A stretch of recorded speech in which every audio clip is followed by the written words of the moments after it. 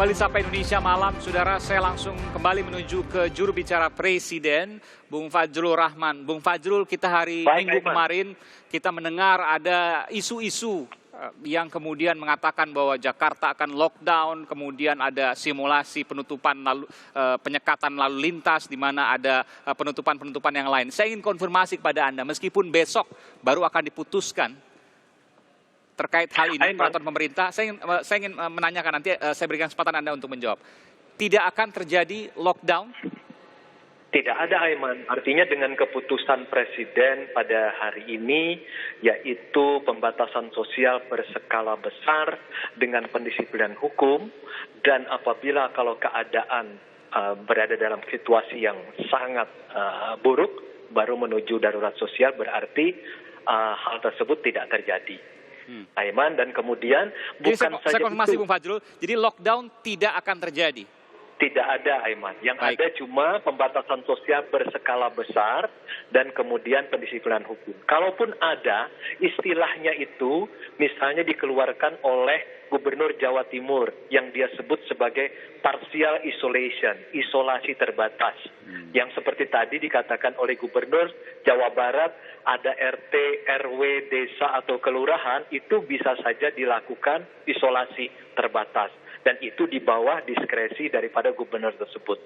Tetapi kalau kebijakan karantina wilayah, provinsi atau total nasional itu hanya berada di tangan Presiden. Tapi kan keputusan hari ini Presiden tidak mengambil opsi tersebut.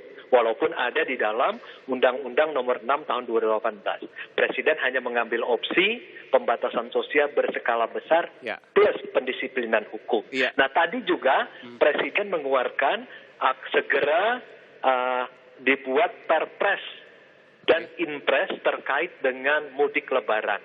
Karena tidak mungkin kita menahan mereka yang dari sekitar 6 juta orang ini untuk mudik. Nah, makanya misalnya seperti Ridwan Kamil mengatakan, oke, mudik, tapi nanti Anda akan dikenakan status ODP. Jadi tidak ada penolakan terhadap itu. Tetapi akan ada perpres dan inpres untuk menghadapi mudik lebaran. Belum lagi menghadapi mereka yang akan pulang dari Malaysia, Aiman, itu mungkin sekitar 3 atau 4 juta, seperti itu. TKI, ya? Iya, mereka akan kembali. Nah, inilah yang disiapkan. Makanya Presiden tadi mengatakan bahwa kita bersiap-siap juga dalam keadaan yang paling buruk. Nah, alhamdulillah, semua gubernur, misalnya Gubernur DKI Jakarta Anies Baswedan, bersiap-siap untuk menghadapi 3,7 juta orang yang berkurang kehidupan ekonominya dengan bantuan baik dari pemerintah daerah maupun nanti dari pemerintah pusat. Dengan program Keluarga Harapan, program Prakerja, kemudian misalnya tadi Gubernur dari beberapa tempat yang lain juga mengatakan akan membuat dapur umum. Jadi segera juga sudah disiapkan selain upaya untuk pembatasan sosial berskala besar, tetapi seluruh gubernur dan pemerintah pusat berupaya untuk memberikan bantalan sosial kepada seluruh masyarakat Indonesia. Seperti itu. Baik, terima kasih Bung Fajrul. Saya terakhir ke Prof. Ova. Prof. Ova, guru besar dari Fakultas Kedokteran, Kesehatan Masyarakat dan Kebidanan UGM di Yogyakarta. Prof. Ova, saya ingin bertanya sebagai masyarakat awam yang tentu juga ingin bertanya atas pertanyaan ini. Kapan semua ini mungkin akan berakhir? Ya, memang itu semua tergantung dari bagaimana intervensi yang kita lakukan. Jadi kalau para ahli ini, epidemiologi ini sudah melakukan, saya kira semacam analisis untuk estimasi berapa lama ini akan terjadi. Ada yang estimasinya mulai dari mungkin yang tercepat ya, apabila memang ada tadi social distance, terus kemudian juga detection-nya juga tinggi, mungkin itu akan mempercepat ya. Jadi ini skenarionya dari 20-an hari sampai 60 sekian hari gitu ya. Iya, ada yang kemudian beredar di media sosial herd immunity. Jadi kalau yang sudah kena akan memiliki kekebalan. Benarkah demikian untuk virus corona ini? Iya, itu saya kira itu adalah suatu pengetahuan umum ya. Jadi kalau misalnya orang yang pernah terkena kemungkinan, jadi kita karena ini merupakan suatu virus yang baru, kita juga Mungkin Belum bisa tahu. berhipotesis seperti itu, tapi kita belum tahu pasti. Oke, meskipun faktanya di Wuhan ada yang terkena kembali dan beberapa negara yang lain. Betul, Iya. betul. Jadi ini kan suatu hal yang masih ya tanda tanya lah. Kita sama-sama belajar dari ini. Oke, baik. Pak Trubus, apa yang bisa Anda komentari terkait ini? Tadi sampaikan bahwa ada langkah-langkah, ada physical distancing yang kemudian diperluas, pendisiplinan hukum, dan terakhir baru akan darurat sipil. Darurat sipil adalah kondisi bahaya yang kita tidak tahu nanti akan terjadi seperti apa. Meskipun itu adalah pilihan terakhir yang mudah-mudahan tidak diambil.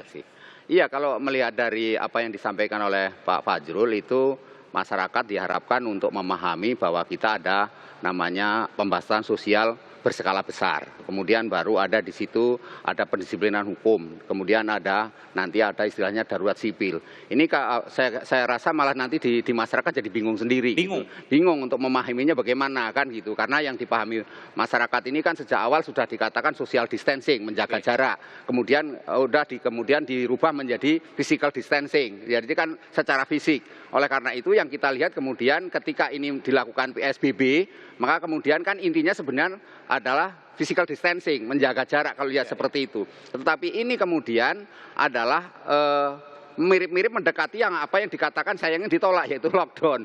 Karena karantina wilayah kan sebenarnya kalau karantina itu kan menutup akses bedanya. Kalau PSBB itu masih ada kegiatan. Kegiatan aja yang dibatasi tapi aksesnya masih tetap.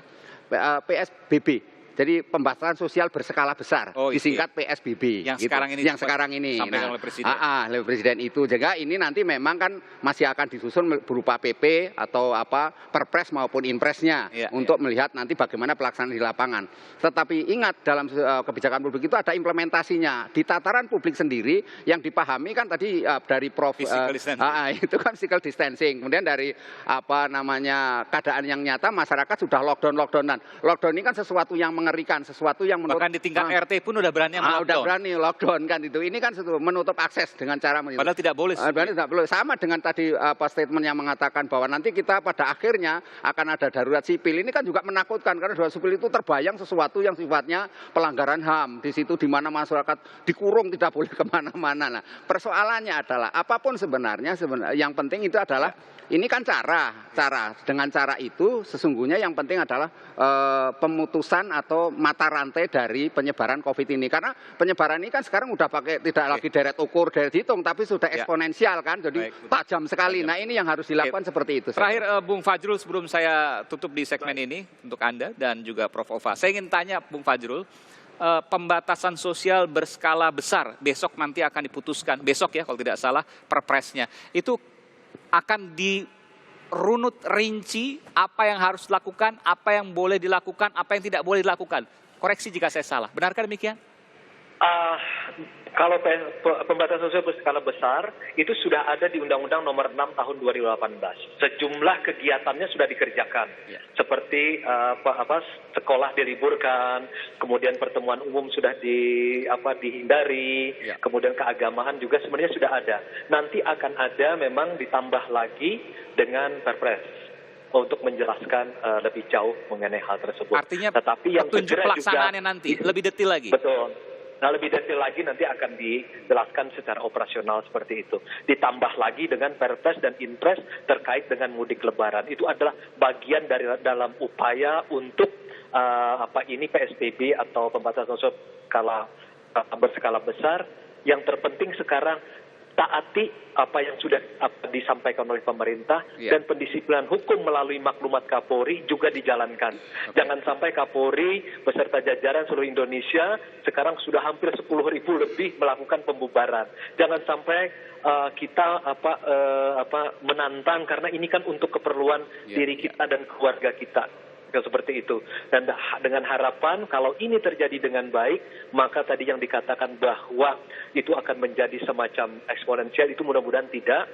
Mudah-mudahan ini akan berjalan dengan segera bisa melandai dan kita semua kembali dalam keadaan normal. Meskipun sekarang sudah terjadi, tapi kita harus menghambat. Sekarang sudah terjadi eksponensial, peningkatan tajam.